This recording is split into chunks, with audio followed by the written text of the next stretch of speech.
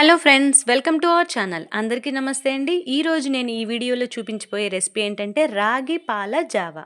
ఇది చాలా హెల్త్‌కి మంచిది. పిల్లలు, పెద్దలు అందరూ తాగొచ్చు. ఇది ఎలా తయారు చేయాలో చూద్దాం. ముందుగా ఒక 5 అవర్స్ రాగుల్ని బాగా కడిగి నానబెట్టుకోవాలండి. నేను ఆల్రెడీ ఒక 5 అవర్స్ నానబెట్టానండి. ఇప్పుడు ఈ రాగుల్ని తీసి మనం మిక్సీ జార్‌లో వేసుకొని చక్కగా గ్రైండ్ చేసుకోవాలి.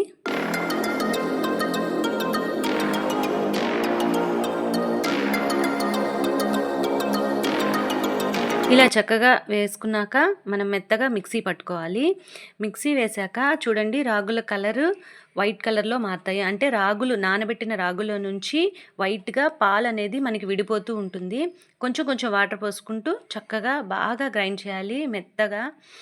దాని నుంచి పాలు విడదీసేదాకా వేయాలండి. ఈ రాగి పాలుతో మనం చేసిన జావా పిల్లలకైనా, పెద్దలకైనా చాలా మంచిది. బిలో 1 ఇయర్ వాళ్ళు కూడా తాగొచ్చు.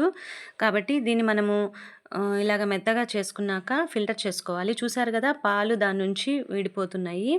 మనం కొంచెం కొంచెం వాటర్ పోసుకుంటూ చక్కగా నీట్‌గా ఫిల్టర్ చేయాలి. ఆ రాగులో ఉన్న పిప్పి అంతా తీసేసేయాలి.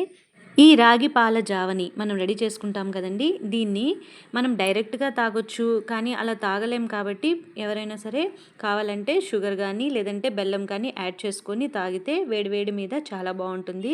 సమ్మర్ అయినా, వింటర్ అయినా సీజన్‌తో సంబంధం లేకుండా ఎప్పుడైనా తాగొచ్చు. చూసారుగా ఫ్రెండ్స్, ఈ విధంగా మనము రాగి పాలని రెడీ చేసుకున్నాక దీనిలోకి 1 ఆర్ 2 గ్లాసెస్ వాటర్ మనం చూసుకొని దాన్ని బట్టి పోసుకొని స్టవ్ మీద పెట్టి లో ఫ్లేమ్‌లో పెట్టాలి. హై ఫ్లేమ్‌లో కాకుండా తిప్పుతూ ఉండాలి.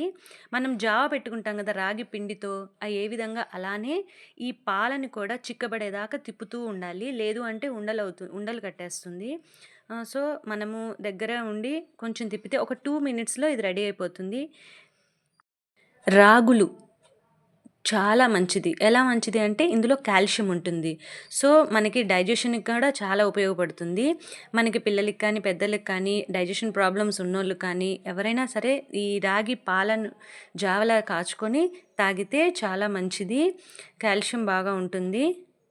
ఏమైనా హెల్త్ ప్రాబ్లమ్స్ ఉన్నప్పుడు అంటే ఫీవర్ గానీ, లేదంటే నీరసంగా ఉన్నప్పుడు, ఎక్కడికన్నా వెళ్ళేసి వచ్చి అలసటగా ఉన్నప్పుడు, ఇలా రాగి పాలను జావలా చేసుకొని, లేదంటే రాగి జావ, నార్మల్ రాగి జావ తాగినా సరే చాలా మంచిదండి.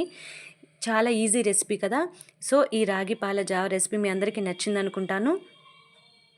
Thanks for watching. Please like and give your comment. Bye by.